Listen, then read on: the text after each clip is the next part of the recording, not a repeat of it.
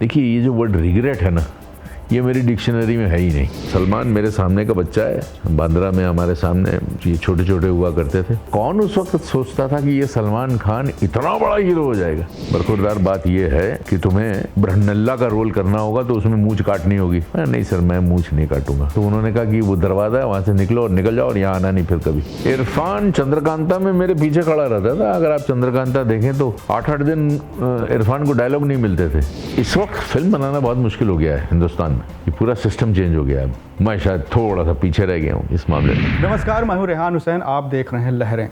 इस वक्त बातचीत के लिए हमारे साथ मौजूद हैं मशहूर अभिनेता पंकज धीर जी। हम इनसे बात करेंगे इनकी जर्नी के बारे में कि किस तरीके से अभिनेता पंकज धीर ने अपने फिल्मी करियर की शुरुआत की और शोहरत की बुलंदी पर एक अपना अलग ही नाम बनाया है। पंकज सर, स्वागत है सबसे पहले आपका लहरें में। बहुत बहुत शुक्रिया, आप लोगों ने मुझे इनवाइट किया यहाँ, थैंक यू। सर, सबसे पहले हम यही जानना चाहेंगे आपकी शुरुआत जो है, परिवार कहाँ से आया और कैसे जो है शुरुआत हुई इस इंडस्ट्री में, उसके बारे में थोड़ा सा दर्शकों को बताइए। बड़ी लंबी कहानी है, बहुत पीछे जाना होगा। मेरे फादर जो हैं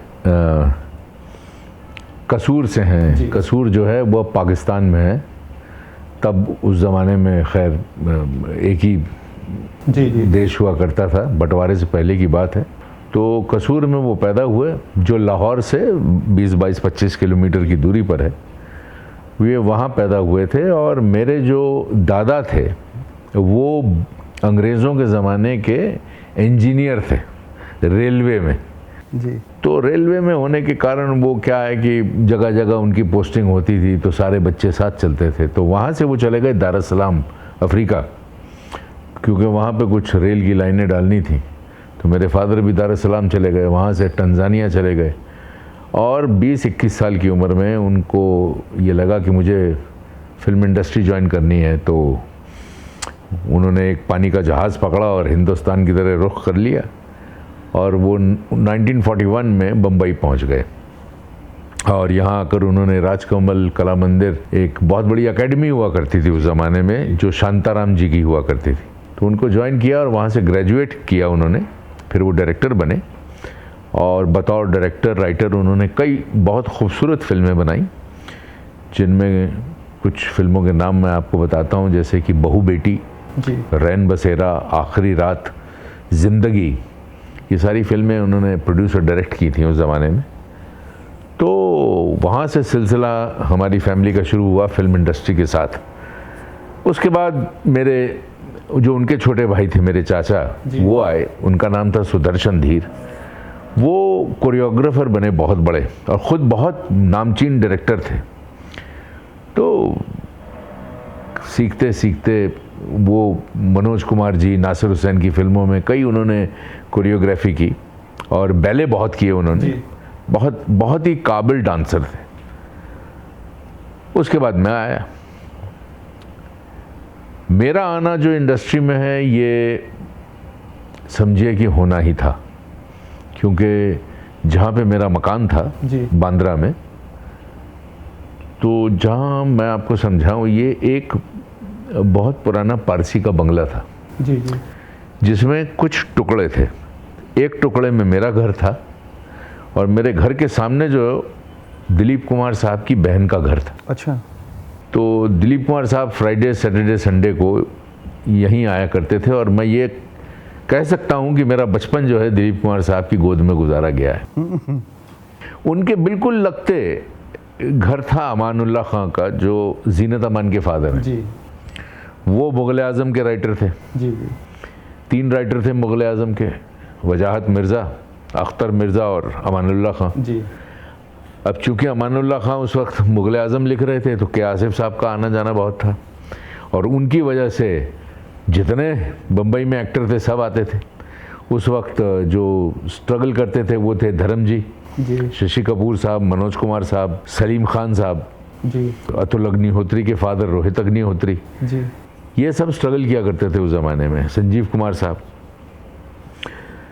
और मीना कुमारी जी का आना जाना बहुत था और हमारे घर के बिल्कुल सामने बिमल रॉय साहब का मकान था। तो आप सोचिए कि ऐसे माहौल में मैं बड़ा हुआ।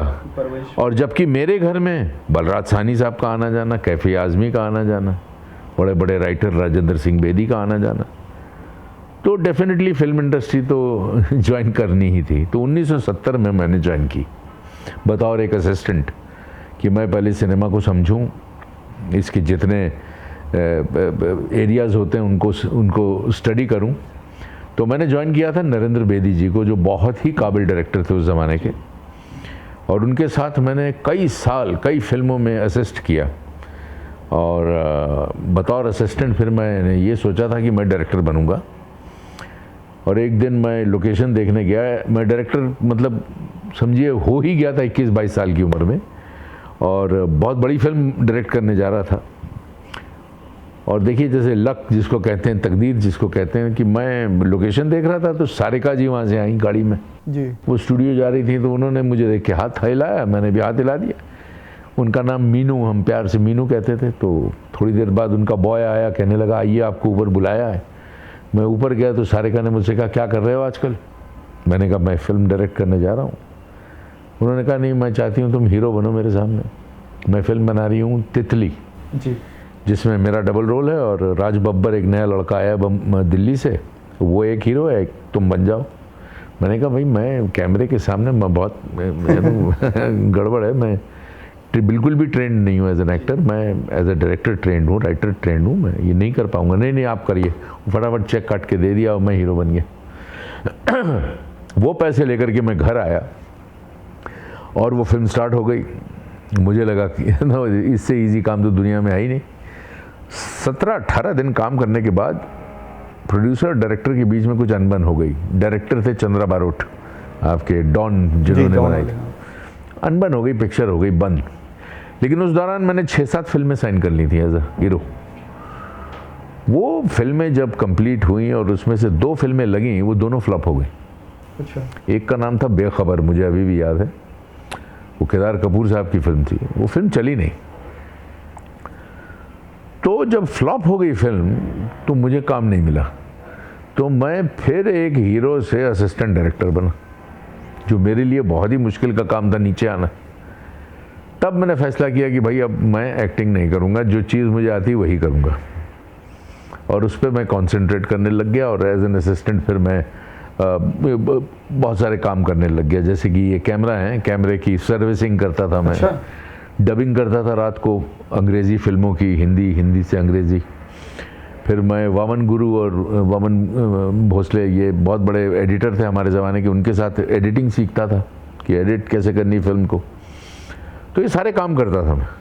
और इसी दौरान फिर मुझे B.R. चोपड़ा साहब मिल गए। एक रात की बात है, उन्हीं की स्टूडियो में मैं डबिंग कर रहा था, तो वो वहाँ से गुजर रहे थे, तो उन्होंने कहा भाई क्या कर रहे हो आजकल? मैंने कहा कुछ नहीं कर रहा हूँ सर, डबिंग कर रहा हूँ। कहने कल दफ्तर में आ जाओ, मेरे पास तुम्हारे लिए काम है। मैं ठीक है। महाभारत मिले आपको? हाँ, मैं वहाँ जब गया तो 200-300 बच्चे वहाँ खड़े थे लाइन में, हम उम्र। लेकिन आगे बढ़ने से पहले सर थोड़ा सा आपके बचपन के बारे में बात करना चाहेंगे कि पिताजी की फिल्म जो एक थी, ऐसा कहा जाता है, जो धर्मेंद्र जी और गीता बाली को लेकर बन रही थी, एक चादर मैली सी, वो किसी कारणवश बन नहीं पाई और परिवार ने भी खराब दौर देखा। और ऐसे समय में आप जो है आगे बढ़कर आए और रोजी रोटी के लिए संघर्ष आपने किया। काफ़ी थोड़ा सा वो संघर्ष नहीं, वो वक्त बहुत, मैं तो ये कहूँगा कि वो ऐसा वक्त कोई ना देखे जी। वो क्या हुआ था कि बहुत बड़ी फिल्म बन रही थी वो, जिसका नाम था रानो जी। बेस उसका कहानी का वो एक चादर मैली सी, जैसे आपने कहा, राजेंद्र सिंह बेदी जी की बहुत बढ़िया कहानी थी, जो बाद में फिल्म भी बनी जी, हेमा जी और ऋषि कपूर के साथ। तो उसमें गीता बाली जी और धर्म जी थे लीड रोल में, और गीता बाली जी और मेरे फादर दोनों 50-50% प्रोड्यूसर थे, और मेरे फादर डायरेक्टर भी थे। 6-7 दिन का काम बाकी रह गया था, तो गीता जी ने ये कहा कि बाकी सबका काम कर लो, मैं तो घर की हूँ, आप फिल्म कंप्लीट कीजिए, जो बाकी 3-4 दिन का काम है वो फिर हम बाद में कर लेंगे। तो सारी पिक्चर बन गई, पूरी कंप्लीट हो गई, एवरीथिंग वाज रेडी। और बैड लक है जिसको कह लीजिए, उनको उस ज़माने में, मैं 1963 की बात कर रहा हूँ, तो उनको स्मॉल पॉक्स हो गया पंजाब में, शूटिंग पंजाब में हो रही थी। स्मॉल पॉक्स हो गया, वहाँ से उनको यहाँ बम्बई लाया गया, लेकिन वो रिकवर नहीं कर पाई। जी। और मरते मरते गीता बाली जी ने मेरे फादर से प्रॉमिस लिया कि भाई मेरे साथ ये फिल्म गई, और मेरे फादर ने ये प्रॉमिस उनको दिया। दिलीप कुमार साहब हमारे घर आए, मीना कुमारी जी हमारे घर आई, उन्होंने मेरे फादर को एक्सप्लेन किया कि प्लीज़ हम फिल्म रोक के, दिलीप साहब ने कहा मैं आऊँगा स्क्रीन पे, मैं कहूँगा कि ऐसा ऐसा हादसा हो गया है और आप मीना कुमारी को एक्सेप्ट कीजिए इस रोल में, थोड़ा सा ही काम बाकी था और ये फिल्म आप बनाइए, ऐसे मत छोड़िए। मेरे फादर ने कहा नहीं, मैं प्रॉमिस दे चुका हूँ, ये गीता के साथ फिल्म गई। तो जितना पैसा लगा था, जितना सब कुछ लगा था, सब कुछ आप सोच सकते हैं कि एक एंड तक का उस ज़माने का वो सारा हमारा ना सब बर्बाद हो गया, लॉस हो गया। और मेरे फादर एक अजीब से शेल में चले गए।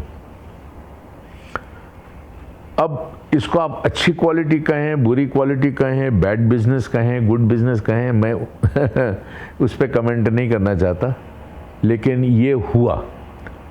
ऐसा होने से ये हुआ कि हमारी पूरी फैमिली जो है ना बहुत तकलीफ़ में आ गई और हम सब छोटे ही थे जी। बड़ा मुश्किल हो गया था।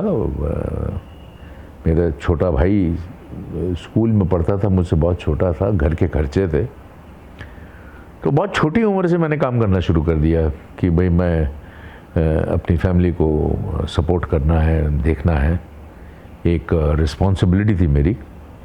तो ये हुआ था और बहुत मुश्किल वक्त था, निकल गए। तो उस वक्त के बाद से फिर कोई फिल्म प्रोड्यूस नहीं की पिताजी ने उस लॉस नहीं, के उसके बाद फिल्म बनाई उन्होंने एक फिल्म बनाई, आलिंगन नाम था जी। उसमें रोमेश शर्मा और जाहिरा थी, वो फिल्म बनाई। फिर एक गुजराती फिल्म बनाई जिसका नाम था मारी हेल उतारो राज, वो भी बहुत सक्सेसफुल फिल्म थी। और फिर वो डॉक्यूमेंट्रीज बनाते थे टाटास के लिए। हमने काफ़ी सारी डॉक्यूमेंट्रीज इन हाउस फिल्म्स जिनको कहते हैं टाटास के लिए बनाई। तो ऐसे काम तो फिर बाद में चलने लग गया, लेकिन फिर वो 84 में उनकी डेथ हो गई, बहुत यंग थे, उनकी डेथ हो गई। तो उसके बाद फिर मुझे ही संभालना पड़ा अपनी फैमिली को, and which I feel okay. छोटी सी उम्र में सर काम और पढ़ाई दोनों मैनेज कर रहे थे। ये हाँ करेक्ट है, ये मुश्किल था। एक्चुअली जैसे मैंने आपसे कहा, ऐसा किसी के साथ होना नहीं चाहिए जी। बल्कि आज के ज़माने में तो बिल्कुल नहीं होना चाहिए, क्योंकि आज का ज़माना जो है ये एक क्या कहते हैं, एक्सपर्टीज़ का ज़माना है। मतलब आज आप कहें कि बीकॉम किसी ने कर लिया या बीए कर लिया या एमए कर लिया, इसका कोई मायना नहीं रखता। आपको स्पेसिफाइज्ड स्किलफुल वर्कर होना पड़ेगा जो फील्ड आप लेते हैं। तो ऐसा अगर किसी के साथ हो जाए तो बड़ा मुश्किल हो जाता है। तो मैं तो यही हाथ जोड़ के कहता हूँ कि भैया सबके साथ अच्छा हो। मेरे साथ जो हुआ, लेकिन सबकी अपनी अपनी कहानी है, सबके अपने अपने स्ट्रगल्स हैं, उससे कोई वो बैर नहीं और ना कतराना चाहिए। ठीक है, इट्स पार्ट ऑफ लाइफ। और आई डोंट बिलीव कि मुझे कोई सिंपैथी दे इसके लिए, no, that was my part of my struggle. वो हो गया, सल्यूट करके आगे निकलना है। तो जब सब फिल्मों में काम करना शुरू किया आपने, तो आपकी एक फिल्म आई सूखा, और उसके बाद पूनम, सूखा और मेरा सुहाग नाम लिया आपने। मैं इसका बारे में बताता हूँ, MS सत्यू जी इसके प्रोड्यूसर डायरेक्टर थे। तो मैं उस पिक्चर का प्रोडक्शन कंट्रोलर था जी। मैं उसका प्रोडक्शन मैनेजर और कंट्रोलर सारा संभालता था, सत्यू का काम। तो एक रोल ऐसे ही निकल गया, वहाँ कोई एक्टर मिला नहीं इनको, इन्होंने कहा पंकज जी आप कर लीजिए। मैंने कहा ठीक है मैं कर लेता हूँ। अनंत नाग हीरो थे, मुझे अभी भी याद है। वो 2 लैंग्वेज में बन रही थी, कन्नड़ और हिंदी। कन्नड़ में उसका नाम था बरा। तो वो तो ऐसे ही मैंने फिल्म कर ली थी। इट वॉज मोर ऑफ कि भाई सत्यू दोस्त हैं तो उनके लिए कर दिया। बाकी ऐसे कोई स्पेसिफिक बतौर हीरो आपकी फिल्म मेरा सुहाग मैंने खुद प्रोड्यूस की थी। अच्छा। मेरे फादर की डेथ के बाद 1985 में वो फिल्म बनी थी। उसमें रति अग्निहोत्री हीरोइन थी, दीप्ति नवल थी, स्वरूप संपत थी। वो फिल्म चली थी, अच्छी थी। हाँ, चली वो थी। मैंने प्रोड्यूस खुद की थी। लेकिन वही जैसे मैंने आपसे कहा कि इस इंडस्ट्री में सबसे इम्पॉर्टेंट चीज़ जो मैं समझता हूँ जी, वो है लक। किस्मत कह लीजिए, फेट कह लीजिए, डेस्टिनी कह लीजिए, भाग्य कह लीजिए, ये बहुत इम्पॉर्टेंट है। काम आता है सबको, ऐसा नहीं है, बहुत सारे बच्चे हैं जिनको बहुत अच्छे अच्छे काम आते हैं, लेकिन ये चाहिए ना, जिसको कहते हैं right film at the right time, at the right moment, at the right release. तो ये मेरे साथ हुआ नहीं। तो खैर उसमें भी कोई परेशानी नहीं तो नहीं, तो आप दूसरा पाथ ले लिया। क्या शायद यही वजह थी कि आपने बाद में एडिटिंग भी सीखी? और सब कुछ सीखा वो। मैं क्या, देखिए मैं आज भी अपने आप को यही कहता हूँ कि मैं एक सिनेमा का स्टूडेंट हूँ, आज भी सीख रहा हूँ।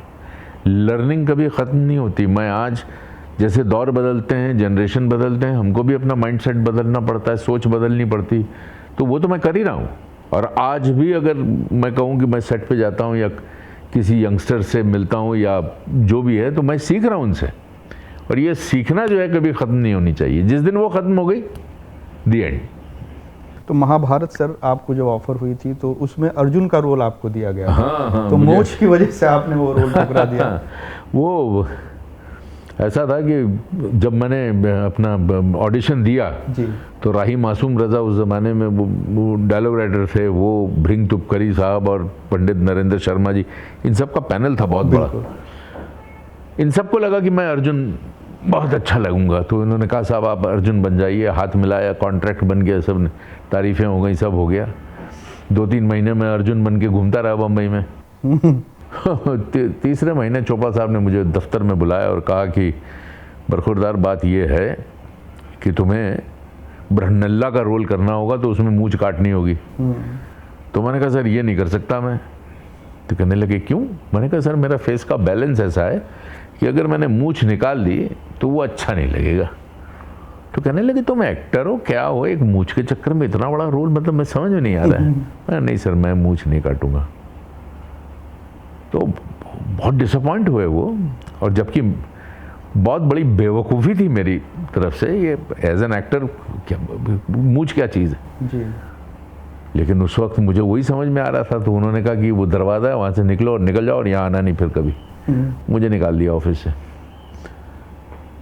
मैं जैसे ही बाहर गया सब मुझे मिले, कहने लगे कर क्या रहे हो भाई, एक मूंछ की तो बात है, 15-20 दिन का पोर्शन है, करके फिर मूंछ आ जाएगी तुम्हारी। मैंने कहा नहीं मैं नहीं करूँगा। 6 महीने तक निकाल दिया गया, कॉन्ट्रैक्ट फाड़ दिया गया, मैं घूमता रहा, फिर डबिंग करता रहा।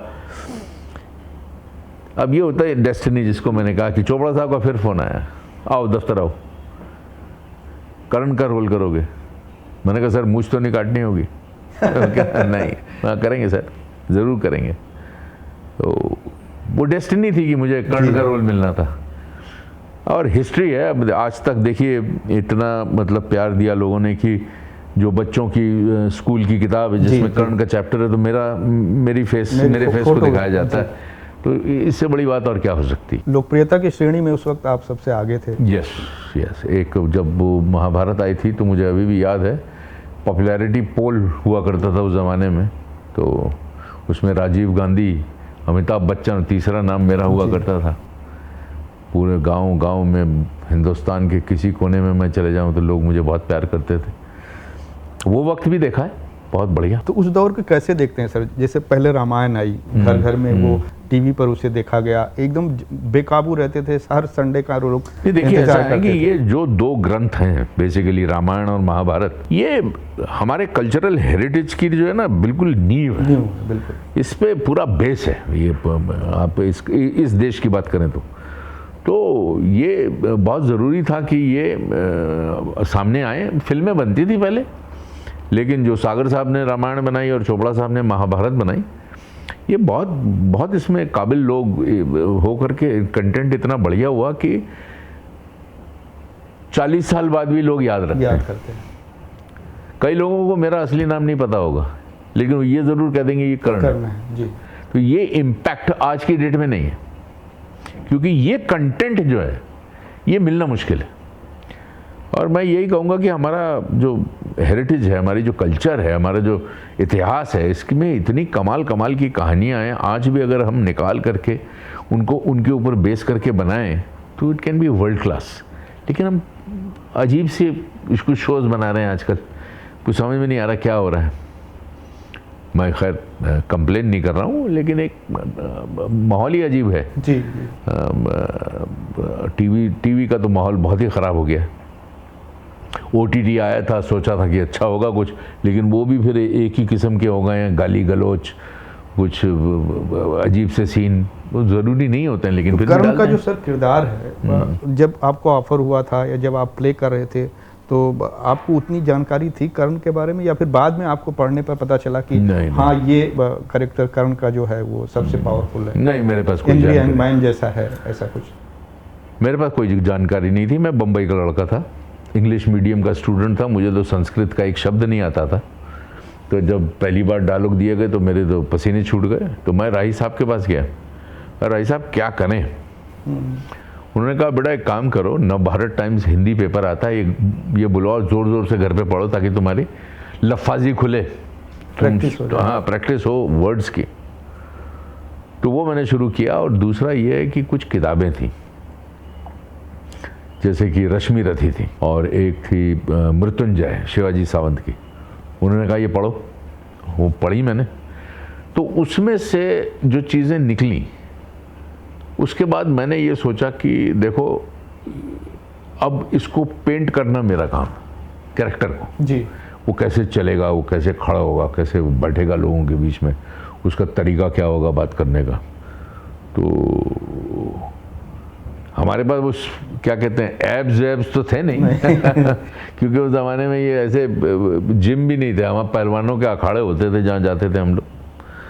तो उसमें क्या है कि 2-3 चीज़ें शायद आप लोगों ने नहीं नोटिस की होंगी, लेकिन आपको आज मैं बताऊं कि अगर आप महाभारत देखें तो मैंने अपनी पलकें ना झपकाई नहीं बिल्कुल भी, जब भी मैंने कर्ण का रोल किया है। क्योंकि उसका एक रीज़न ये था कि कर्ण जो था सूत पुत्र था, यानी कि वो नीच जात का। अब वो जब राजे महाराजाओं के बीच में बैठता तो कॉन्शियस होगा, बहुत कॉन्शियस होगा, तो वो आंखें नहीं झपकाएगा। तो वो बहुत एक इम्पैक्टफुल मेरा एक फिज़िकल बात हो गई एज एन एक्टर। दूसरी बात ये थी कि मेरे दोनों तरफ बहुत लाउड कैरेक्टर थे, दुर्योधन और शकुनी। वो इतना ज़ोर से चिल्लाते थे कि मैंने सोचा अगर मैं भी चिल्लाऊं तो फिर तो ये तो मार्केट बन जाएगी। तो मैंने पूरा का पूरा जो रोल है ना अंडर प्ले कर दिया जानबूझ के। तो अंडर प्ले करने से क्या हुआ कि वो खिल गया रोल, और लोगों को सिंपैथी भी लगने लगी। तो वैसे इस तरीके की जो चीज़ें हैं ये मैंने खुद की, which I can very proudly say कि ये मेरा कंट्रीब्यूशन है एज एन एक्टर। आपने बड़ी शिद्दत के साथ किरदार को निभाया और लोगों ने प्यार भी दिया आपके किरदार को। कहा जाता कि जब कर्ण के डेथ की सीन का प्रसारण हो गया और उसके बाद लोग काफ़ी मिस करने लगे कि कर्ण दिख नहीं रहा, या फिर ऐसा भी एक कहीं मैंने पढ़ा कि MP में जो है आपको बुलावा भी आया, एक गांव में आप गए भी। तो वो किस्सा किस क्या तरह था कि जैसे कर्ण कैरेक्टर की मौत होती है जी, तो उस वक्त मध्य प्रदेश के चीफ मिनिस्टर थे अर्जुन सिंह जी। जी, उनका डेस्परेट फ़ोन आया चोपड़ा साहब को कि कर्ण कहाँ हैं। वो जी, जी। बोले क्या बात क्या हो गई? कहने लगे नहीं ऐसा है कि बस्तर ज़िले में वहाँ आदिवासी रहते हैं, तो वहाँ पे कर्ण साहब को भेजना होगा। तो मुझे यहाँ से भोपाल भेजा गया, भोपाल से हेलीकॉप्टर से वहाँ भेजा गया। जब मैं वहाँ गया तो मैं क्या देखता हूँ कि कम से कम 5-7 हज़ार आदमी साष्टांग नमस्कार में लेटे हुए ज़मीन पे, और सब ने बाल काट ली कि भाई कर्ण मर गया। वो मतलब मैं ऐसे हिल रहा था कि ये भी होता है हमारे देश में। और उन्होंने उस वक्त मुझे चांदी में तोला, और ऐसे ऐसे बस यूं ही देखते जाए मुझको। तो मैंने कहा नहीं मैं ठीक हूँ, वो सीरियल में डेथ हुई है, वैसे देख लो, मैं हाथ लगा था। फिर जाके वो शांत हुए। तो मतलब ये सारी चीज़ें जो हुई उस ज़माने में। कई जगह पे मंदिर भी बनाए कर्ण के। हाँ मंदिर बना है कहीं। वैसा है देखिए सर, जब चलती है चीज़ हाँ। तो उसके साथ बहुत सारी चीज़ें जुड़ जाती हैं, लेकिन वो दौर था, अब ये भी दौर है। अच्छा सर, महाभारत के अलावा अगर हम बात करें, आपके कुछ और सीरियल हैं जिसमें चंद्रकांता का नाम है, हाँ चंद्रकांता युग बहुत है, या द ग्रेट मराठा है, वो भी काफ़ी अच्छा। तो चंद्रकांता के बारे में अगर कुछ, क्योंकि वो पूरा मतलब सस्पेंस से भरपूर हर जगह जो है। चंद्रकांता एक कमाल का मतलब फैंटेसी सब्जेक्ट है जी, सांपों के साथ आपको शूट करना पड़ा था। 100 सांप होते थे, डेली सुबह कोई यहाँ से जा रहा है, कोई वहाँ से जा रहा है, नंगे बदन पे पूरे सांप ही सांप, विष पुरुष था ये। तो कोई इजी शूटिंग नहीं थी, बहुत डिफ़िकल्ट शूटिंग थी। बुखार चढ़ जाता था सांपों को हाथ में ले लेके, बड़े बड़े नाग कोबरे होते थे। लेकिन वो एक्सपीरियंस जो है चंद्रकांता का, वो बहुत मैं फॉर्चुनेट अपने आप को मानता हूँ कि मुझे वो रोल करने को मिला, क्योंकि उसमें इतनी वैरायटी थी, इतना कुछ था। वो ऐसे लग रहा था जैसे मैंने कोई 300 फिल्में कर ली वो करने के बाद, क्योंकि इतना कुछ किया उसके अंदर। मैंने शेर के साथ लड़ा, हाथी के साथ लड़ा, मगरमच्छ के साथ लड़ा, सांपों के बीच में रहा, इमोशनल सीन्स हुए, फाइट सीन्स हुए, ड्रामा हुआ। आप जो जितने इमोशंस हैं सबके सब हुए उस सीरियल में।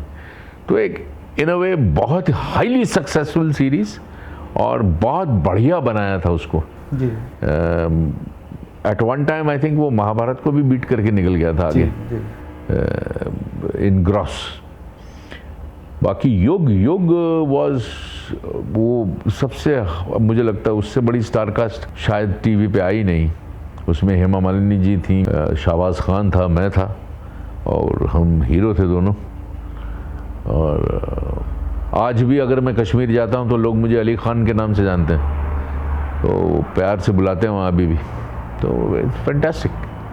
ये सारे सीरियल्स जो उस ज़माने में बने, ये लैंडमार्क है, बहुत बड़े बड़े लैंडमार्क हैं। तो आज सर मिसिंग क्या चीज़ है जो कुछ पॉपुलर नहीं हो पा रहा है, या फिर एक बेंचमार्क नहीं स्थापित हो पा रहा है, या कहीं आपको लगता है कि राइटिंग में कमी है, या फिर उस जैसा क्रिएट्स नहीं हो पा रहा है? देखिए, मैं आपको एक ना एग्जांपल देता हूँ। 1940 जी, 1950 इस दौर में रविंद्रनाथ टैगोर हुए जी, हैं, जनरल करियप्पा हुए, जी, वी शांताराम हुए, बड़े बड़े रामानुजन हुए मैथमेटिशियन। वो ज़माना था ब्रिलियंस का, जी, वो ज़माना था सत्यजीत रे का। बड़े बड़े डायरेक्टर हुए, बड़े बड़े राइटर हुए, बड़े बड़े एक्टर हुए, दिलीप कुमार साहब हुए। वो ब्रिलियंट एक दौर आता है। ये दौर जो अब चल रहा है, ये मुझे लगता है ये दौर जो है ये मीडियोकर्स का है। यहाँ पे कहीं ब्रिलियंस नज़र नहीं आ रही। बन रही हैं फिल्में, बन रहे हैं सीरियल्स, बन रही हैं OTT, लेकिन एक जो ब्रिलियंट होता ना, जिसको आप कहें, ये नहीं कहता कि बिल्कुल ही नहीं बनता, बनते हैं, लेकिन उसका जो रेशो है वो बहुत कम हो गया है। अब ये फिर दौर आएगा, फिर ब्रिलियंस आएगी, क्योंकि ये ऐसे ही रहता है, ऊपर नीचे ऊपर नीचे। हाँ, वो दौर चलता रहेगा। अब दौर फिर आएगा, फिर कुछ बच्चे आएंगे जो बहुत ही ब्रिलियंट होंगे, क्योंकि हमारी इंडस्ट्री में एक्सपीरियंस और एज का कोई मायने नहीं है। इसमें आपकी इंडिविजुअल ब्रिलियंस क्या है। बच्चे आएंगे आगे, और आई एम श्योर कि आगे फिर ब्रिलियंट बातें होंगी।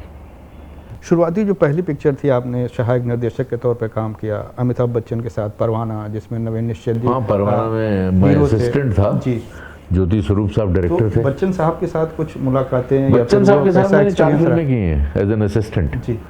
सबसे पहले थी परवाना, उसके बाद मैंने की बेनाम, बेनाम के बाद मैंने की अदालत। अदालत में अगर आज भी अगर आप उठा के वो फिल्म देखें, तो जो पहली बार अमिताभ बच्चन साहब डील करते हैं मोहन शौरी के साथ, तो पीछे मैं बैठा हूँ पतला सा, कोका कोला पी रहा हूँ। तो उस ज़माने में असिस्टेंट को बिठा दिया करते थे, अरे आप पीछे बैठ जाए यार, फ्रेम खाली जा रहा है जी।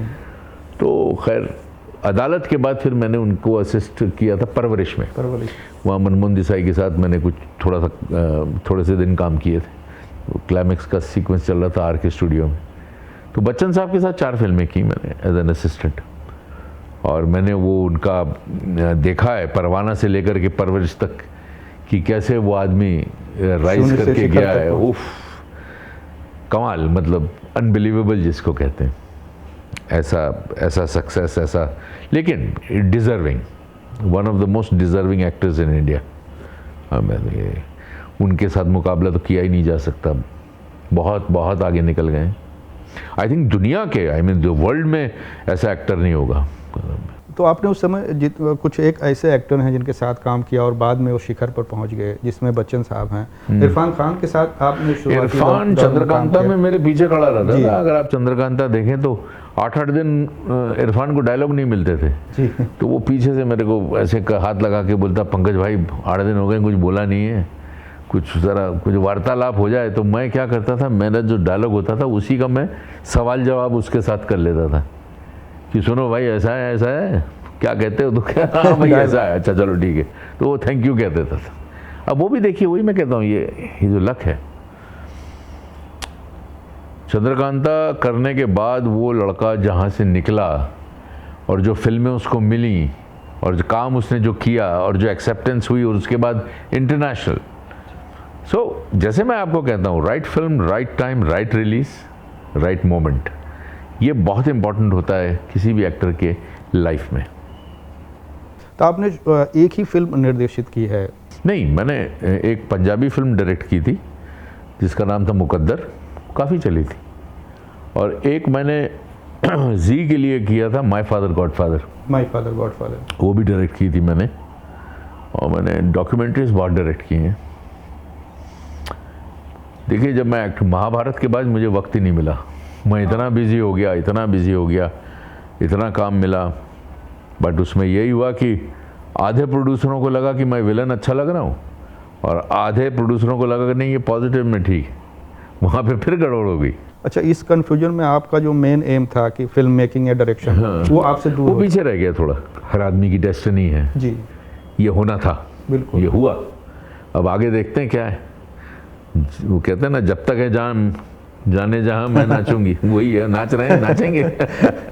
अक्षय कुमार के साथ सर शुरुआती दौर में आपने हाँ, फिल्में की और उनके साथ कई फिल्मों में एसोसिएशन रहा आपका। अक्षय की पहली पिक्चर लाइफ की थी सौगंध, उसमें मैं मेन विलन था। उसके बाद हमने मिलकर के 7-8 फिल्में साथ में की हैं। इसको मैं उस दौर से जानता हूँ जब बिल्कुल ही नया था। और मैंने एक फिल्म प्रोड्यूस की थी अक्षय के साथ, इक्के पे का। हाँ, ये मैंने प्रोड्यूस की थी, तो ये हीरो था उसमें। अब हमारी एसोसिएशन बहुत अच्छी है, मतलब हाँ, अच्छी दोस्ती भी आज भी है। मतलब मैंने भी उस लड़के को नीचे से ऊपर देखा है आते हुए। तो ये सक्सेस स्टोरीज हैं। सलमान मेरे सामने का बच्चा है। बांद्रा में हमारे सामने ये छोटे छोटे हुआ करते थे, क्रिकेट खेलते थे, तो ये बॉल वॉल लाते थे, ये उसका भाई। अब कहने का मतलब है, कौन उस वक्त सोचता था कि ये सलमान खान इतना बड़ा हीरो हो जाएगा। इतना बड़ा हीरो कि मतलब साहब आप जानते हैं। So it is again luck. आपने काम भी किया है उनके साथ? हाँ, सलमान के साथ मैंने काम किया है। एक फिल्म आई थी सनम बेवफा। जी, सनम बेवफा में चाचू का रोल था मेरा, बहुत अप्रिशिएट हुआ था। खान पठान का रोल था।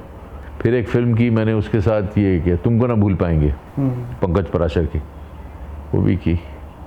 तो सलमान के साथ आते जाते कैसे देखते हैं आप उनकी पर्सनालिटी को लेकर? सलमान से बढ़िया आदमी है ही नहीं इंडस्ट्री में कोई।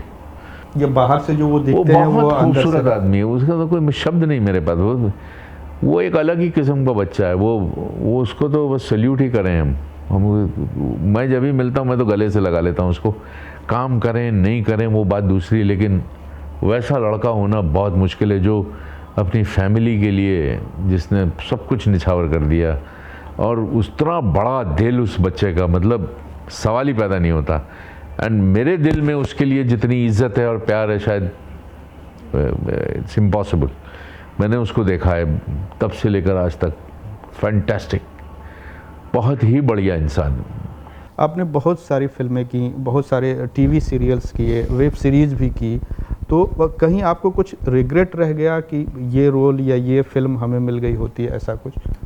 देखिए, ये जो वर्ड रिग्रेट है ना, ये मेरी डिक्शनरी में है ही नहीं।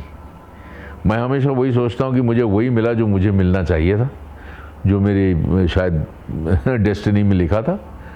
और मैं हमेशा यही आशा करता हूँ कि आज भी अगर कुछ बढ़िया मिले तो चैलेंज है, उसको लिया जाएगा। हर चीज़ मुकम्मल तो नहीं मिलती ना इंसान को जी।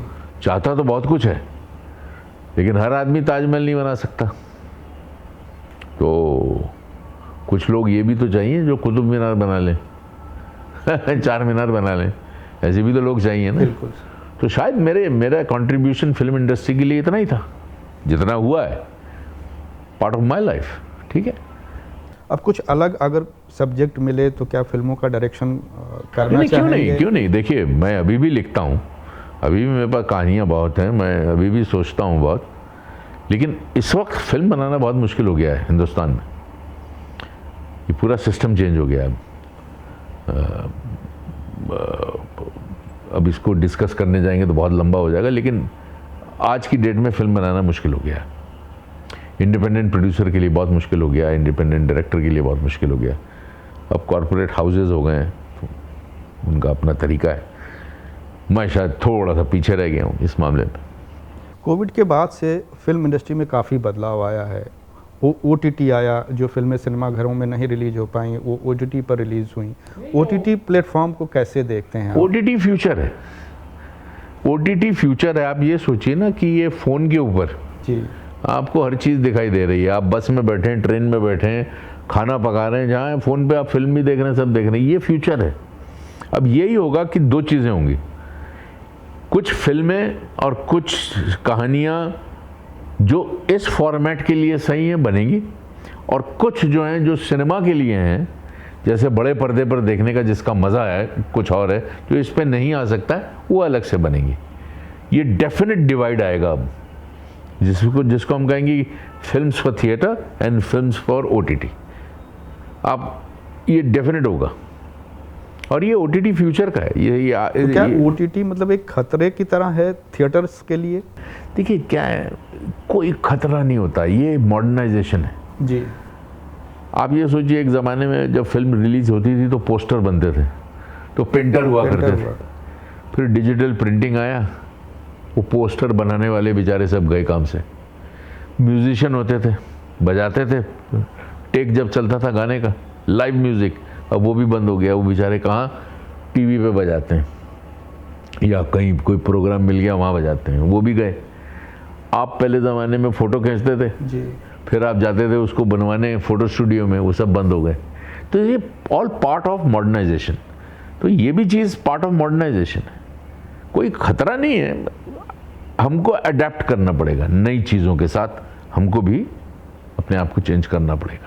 रामायण महाभारत को लेकर सर जो एक माइलस्टोन बना दिया गया है, और उसके आगे जिस तरह से उन किरदारों को प्यार मिला, जैसा आपने निभाया कर्ण, या दूसरे जो किरदार हैं, अर्जुन है, दुर्योधन है, या फिर रामायण की हम बात करें, राम है, लक्ष्मण है, तो उस किरदार के औरा से जो है उसी को परिपेक्ष मानकर आगे की चीज़ें हो रही हैं। लेकिन हाल ही में जो फिल्म आई आदिपुरुष, उसे लेकर काफ़ी विवाद हुआ, संवाद को लेकर और क्रिएशन को लेकर, रावण की छवि को लेकर। तो इस जो इस तरह की कंट्रोवर्सी होती है, इसे आप कैसे देखते हैं? देखिए, मैं एक ही चीज़ समझता हूँ कि जहाँ पे आपके रिलीजियस सेंटिमेंट जुड़े हो ना जी, वहाँ किसी भी किस्म का खिलवाड़ नहीं करना चाहिए। बस मेरा इतना ही कहना है। आप किसी चीज़ को मानते हो, मुझे उसकी इज़्ज़त करनी चाहिए। वैसे ही अगर मैं किसी चीज़ को मानता हूँ, उसकी इज़्ज़त मुझे करनी चाहिए। तो एक फॉर्म है, एक जो पता नहीं कितने ही हज़ारों साल से एक चीज़ हमें बताई गई कि ऐसी है जी।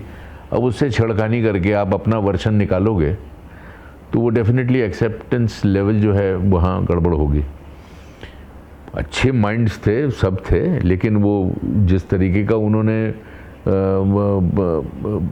दिखाया, ये तो बहुत बड़ी लीनियंसी है कि ये बच गए जी। वरना तो काटपीट शुरू हो जाती, मारपीट शुरू हो जाती। तो ये चीज़ें जो है ऐसी जब जगह पे आप जाते हो तो you have to stay with the original, जैसे थे, जैसा है, जो एक बना परंपरा बनी आई है। वो ऐसी बेवकूफ़ थोड़ी थे जो वो ज़माने के लोग जिन्होंने वो सब चीज़ें जो बताई और जो किया है, वो उसके साथ छेड़खानी नहीं करनी चाहिए, वो मैं सोचता हूँ।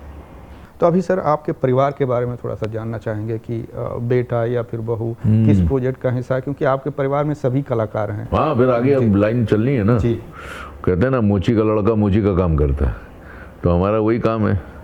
तो मेरा बेटा जो है वो अब फिल्मों में आ गया है, काफ़ी देर से आ गया, खैर बिजी है, वो काम कर रहा है, अच्छा काम कर रहा है। और बहू जो है वो झांसी की रानी थी जी। उन्होंने भी काफ़ी काम किया है, सीरीज़ बहुत की हैं उन्होंने टेलीविज़न में, और सक्सेसफुल सीरीज़ की हैं। अब एक बेटी हुई है उनके घर में, तो थोड़ी सी बिजी हैं बच्ची के साथ, मेरे को लगता है फिर जैसे ही थोड़ा सा स्टेबल हो जाएंगी वो फिर शुरू कर देंगी एक्टिंग अपनी, क्योंकि वो तो उनका फर्स्ट लव है जी। और बेटा काम कर ही रहा है, तो बहुत बढ़िया है, सब अच्छा है। तो बेटे को किस मतलब बतौर हीरो प्रोटेक्ट करने के आगे देखना चाहते हैं? सर देखिए ऐसा, ये हीरो जो वर्ड है ना जी, आज शाहरुख खान, ये कौन सी पिक्चर आई है अभी, जवान, इसमें विलन था कि हीरो था, पता ही नहीं चलता ना सर। जी, ये जो वर्ड हीरो है ना, ये मेरे को जमता ही नहीं है। कैरेक्टर अच्छे हों, आप रोल अच्छा कर रहे हो, कलाकार करो, आप करो, कैरेक्टर्स अच्छे करो। अमिताभ बच्चन अब हीरो नहीं रहे लेकिन कैरेक्टर्स करते हैं और उसी में उनको प्यार दिया जाता है। आप यू शुड बी अप्रिशिएटेड। आप कुछ भी काम करें, लोग कहें वाह मज़ा है, जो भी किया 10 मिनट 15 मिनट आधा घंटा 1 घंटा जो भी रोल किया आपने पूरी शिद्दत के साथ, सिंसेरिटी के साथ और बहुत लगाव के साथ अगर काम करेंगे तो वो रिफ्लेक्ट करता है। और हमको तो यही सिखाया गया था भाई बचपन से कि आप मेहनत से काम करो, शोहरत, नाम, पैसा, इज्जत सब आएगा अपने आप, फॉलो करता है वो। बल्कि आजकल उल्टा हो गया था, लोग पहले ही खर्चे बांध लेते हैं, तो पहले ये चक्कर में होते हैं कि भैया पीजी का पैसा देना है, मोटरसाइकिल का पैसा देना है, गर्लफ्रेंड भी रख ली है, जिम का भी पैसा देना है, कहीं ना कहीं से ये जुगाड़ पहले कर लें फिर बाद में देखते हैं। ये उल्टा हो गया आज के ज़माने। हमारे टाइम पे ऐसा नहीं था। OTT के कंटेंट को लेकर काफ़ी विवाद होता है सर, ऐसा कहा जा रहा है उसमें काफ़ी बोल्ड कंटेंट सर बदतमीजी है ये तो। आप देखिए ये ऐसा है कि आपको छूट दे दी तो आपने उसका गलत फ़ायदा उठा लिया।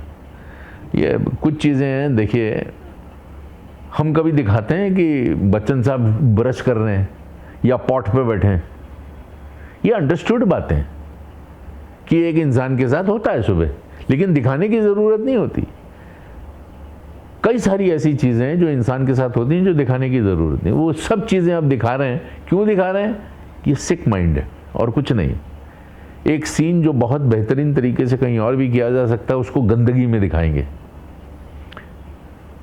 का फजूल फ़ायदा जिसको कहते हैं उठा लिया है, अननेसेसरी गालियाँ, बैड लैंग्वेज, क्या क्या बेनिफिट। तो सेंसर बोर्ड का सेंसर नहीं है ना बोर्ड OTT के लिए, अब शायद आएगा, अब कभी सेंसरशिप तो आई नहीं OTT में। तो सेंसर बोर्ड को लेकर भी सवाल ये उठाए होते हैं, कई लोगों ने सवाल उठाया। देखिए फैमिली तो बैठ के देख नहीं सकती जी। OTT के कई ऐसे सब्जेक्ट्स हैं जहाँ मुश्किल हो जाता है, आँख की शर्म होती है, क्योंकि आज भी हमारा हिंदुस्तान जो है 80% छोटे शहरों और गाँव का है। बिल्कुल। बड़े शहर तो वही गिने चुने, आप जो लोग वहाँ बसते हैं उनके अंदर बहुत संस्कार हैं अभी भी जी, आँख की शर्म है। तो हमको ऐसे प्रोग्राम बनाने, हम भूल जाते हैं 2 मिनट के लिए जो हमारे आगे लोगों ने हमें सिखाया था कि भाई हम किस लाइन में, ये फिल्म इंडस्ट्री या टेलीविज़न इंडस्ट्री, इसका एक मोटो क्या है, एक लाइन क्या है, एक ही लाइन है, उसका है दैट्स एंटरटेनमेंट।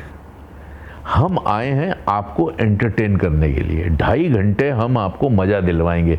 राज कपूर साहब 5 रुपए की टिकट लेके आपको पूरा लंदन दिखा देते थे, गाने दिखाते थे, अच्छी अच्छी चीज़ें बताते थे, अच्छी अच्छी लड़कियां गाने गा रहे हैं बाग बगीचे में, कश्मीर देखिए साहब, यश चोपड़ा, ये क्या था, ये दिस इज़ एंटरटेनमेंट। 5 रुपए में 2.5 घंटे का मज़ा, वो सब भूल गए। अब हम प्रीचिंग में आ गए हैं या डॉक्यूमेंटेशन में आ गए हैं या गंदगी में आ गए हैं या गालियों में आ गए, मतलब ही नहीं। अगर हम फिर वापस चले जाएं ये सोच के कि भाई हमको एंटरटेन करना है, लोगों को खुशियां बांटनी है, दुख वैसे ही बहुत है आम जीवन में, तो आप खुशियां बांटिए ना। 2.5 घंटे के लिए आदमी को इतना खुश कीजिए कि वो बाहर निकले सीटी मारते हुए, अरे मज़ा आ गया। ये चीज़ मिसिंग है। तो सेंसर बोर्ड को क्या मतलब गवर्नमेंट से मुक्त होना चाहिए, एक स्वतंत्र संस्था बना दे जिससे वो, देखिए पूरी दुनिया में जो सेंसर बोर्ड है वो कैसे काम करता है, काटता नहीं है कोई, क्लासिफाई करता है। वो हमेशा क्लासिफाई करेंगे कि ये बच्चों के लिए, ये बच्चों के लिए, लेकिन साथ में पेरेंट्स चाहिए, UA है, फिर A, फिर X, XX, XXX, ये क्लासिफिकेशन होती है सारी दुनिया में। हमारे यहीं है जहाँ कैंचियाँ वैंचियाँ चलती हैं। हमारे यहाँ क्लासिफिकेशन इसलिए नहीं होती कि अभी भी हमारा जो एक सिस्टम है ना वो सेट नहीं हुआ है, सेट नहीं हो रहा है। और पब्लिक भी, हमारे कुछ लोग गलत फ़ायदा भी उठा रहे हैं चीज़ों का, इसलिए काटना भी पड़ रहा है।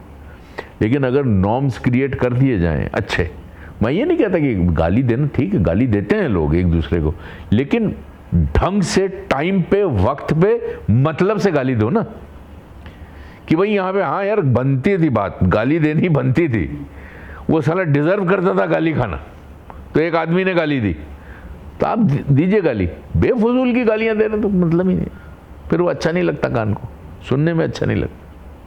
चलते चलते सर आपके प्रोजेक्ट्स के बारे में कुछ जानना चाहेंगे कि क्या क्या प्रोजेक्ट्स आप कर रहे हैं। प्रोजेक्ट्स तो देखिए फैंस का आपको देखना, प्रोजेक्ट्स तो आते जाते हैं जी, कभी ज़्यादा कभी कम कभी कुछ। अभी मैं जैसे आपको पहले भी बता रहा था कि अगस्त के महीने में मेरा एक बहुत बड़ा शो बंद हुआ, अजूनी जी, एक 1.25 साल से चल रहा था। ये क्या है, अभी अक्टूबर है, नवंबर, तो उसके बीच में मैंने कुछ एड फिल्म्स की हैं और 2 फिल्में साइन कर ली हैं। एक है वेलकम 3 फिरोज नडियाडवाला साहब की, और एक है जनस्थान जिसमें संजय दत्त और सनी देओल साहब हैं, वो अब स्टार्ट होने वाली है, वो भी हो जाएगी स्टार्ट बहुत जल्दी। 2 फिल्में हैं, एक OTT की बात चल रही जिसके बारे में अभी मैं कुछ नहीं कहना चाहता, एक बार फाइनल हो जाए तो वो बेटर होगा, और एक सीरियल की बात चल रही है, तो वो भी थोड़े दिनों में अब हो जाएगा फाइनल। वेलकम 3 में किरदार कॉमिक नहीं, देखिए वो फिल्म है धमाल जिसको कहते हैं, लेकिन मैं उसके बारे में अभी कुछ नहीं कहूँगा क्योंकि बहुत टेरिफिक अहमद ने सोचा है। अहमद डायरेक्टर हैं, तो उसने कुछ बहुत तगड़ा सोचा है हम लोगों के लिए, तो बहुत बड़ा सस्पेंस है वो, देखिएगा आप, सीटी मारने वाला, वो क्लैप ट्रैप जिसको कहते हैं उस टाइप का है। तो अबू धाबी में शायद हम शूटिंग करेंगे, तो हो जाएगा, आ जाएगा वो भी। सर अगर आप अपने आप को बतौर एक्टर ना देखते या फिल्म में ना देखते तो कहाँ पाते अपने आप को? तो मैं क्रिकेट खेल रहा होता हिंदुस्तान के लिए। और आपके पसंदीदा एक्टर के बारे में अगर हम बात करें? हाँ नहीं, ये कोई एक एक्टर नहीं है, ऐसे तो बहुत हैं। आई मीन अगर नाम गिनाने हो तो 5-6 एक्टर हैं जिनको मैं बहुत ऊंचे स्तर पे रखता हूँ। दिलीप कुमार साहब हैं, अमिताभ बच्चन साहब हैं, संजीव कुमार साहब हैं, बलराज साहनी साहब हैं, तो ऐसे कई एक्टर्स बहुत ऊंचे। एक सबसे अच्छी चीज़ जो आपने सीखी हो फिल्मों से, एक जो सबसे अच्छा सबक आपको मिला हो? देखिए, सबक तो नहीं कह सकते क्योंकि सबक तो रोज़ मिलता है। सबक तो हम रोज़ किसी न किसी तरीके से सीखते हैं। देखिए ऐसा है, फिल्मों में एक चीज़ है कि आप सपने देखते हैं, और एक इंसान के लिए सपने देखना बहुत ज़रूरी है, हर किस्म का सपना, वो पूरा हो ना हो वो बात दूसरी। तो ये सपने देखने की आदत जो है बहुत बढ़िया है फिल्मों में। आपका अब तक का सबसे अच्छा रोल कौन सा, अगर चुनने को कहा जाए 3 या 4 रोल्स में से एक, जैसे कर्ण, महाभारत? सबसे बढ़िया रोल मेरे को लगता है कि चंद्रकांता में, युग, महाभारत, ये बहुत तगड़े रोल थे। अब ऐसे तो फिर देखिए ऐसा है, फिर 350-400 सीरियल, 150-200 फिल्में, हिसाब किताब क्या करें, बहुत रोल कर लिए। अपने मुकेश खन्ना जी के साथ काम किया काफ़ी, और इसके अलावा जो है पुनीत सर जी के साथ महाभारत में काम किया। एक शब्द में अगर दोनों किरदारों को डिस्क्राइब करना हो तो कैसे डिस्क्राइब करें? Mukesh Khanna is a genuine actor, human being, और बहुत बढ़िया इंसान है। पुनीत सर बहुत हार्ड वर्किंग है, सिंसियर हैं, बहुत हार्ड वर्किंग है, और अगर उन्होंने ठान लिया कि मैंने को ये करना है तो करना है, वो इस टाइप के कैरेक्टर हैं। उनको भी मैं तब से जानता हूँ जब वो फिल्मों में नहीं थे, और मुकेश जी जब हीरो थे तो मैं असिस्टेंट था। मुझे अभी भी याद है कि ये हीरो, मुझे क्या तनख्वाह थी मेरी, इनके भाई की कंपनी थी, 250 या 300 रुपये मिलते थे मुझको इनकी भाई की कंपनी से, और मैं क्लैप मारा करता था। तब से मैं मुकेश जी को जानता हूँ, और फिर ऐसा टाइम आया कि हमने आमने सामने काम भी किया। एक आखिरी सवाल, आपकी पसंदीदा अगर एक्ट्रेस की बात करें तो किसका नाम? 2 ही हैं मेरी फेवरेट, 2 एक्ट्रेसेस हैं। सबसे ऊपर मेरी जो फेवरेट है वो नूतन जी, और सेकंड नंबर पे वहीदा रहमान जी। इन दोनों का काम मुझे बहुत पसंद आता है, और बहुत बढ़िया काम किया इन्होंने। कोई आइकॉनिक रोल अगर आप करना चाहते हो, चाहे वो पौराणिक हो या फिर फिल्मी हो? ऐसा सोचा नहीं कभी कि क्या करना चाहता हूँ, क्योंकि मेरा फेस जो है ये एक वॉरियर का फेस है जी मैं भगवान तो बन ही नहीं सकता, वो चेहरे वाले पे वो बात है ही नहीं। जी। तो कभी भी कोई भी अच्छा वॉरियर हो मेरी एज ग्रुप में तो वो ज़रूर करना चाहूँगा। चलिए, बहुत बहुत शुक्रिया सर हमसे बातचीत करने के लिए। Thank you. अभिनेता पंकज धीर जी जो हमसे बात कर रहे थे अपनी लाइफ जर्नी के बारे में। कैमरामैन खालिद के साथ रेहान हुसैन, लहरें, मुंबई।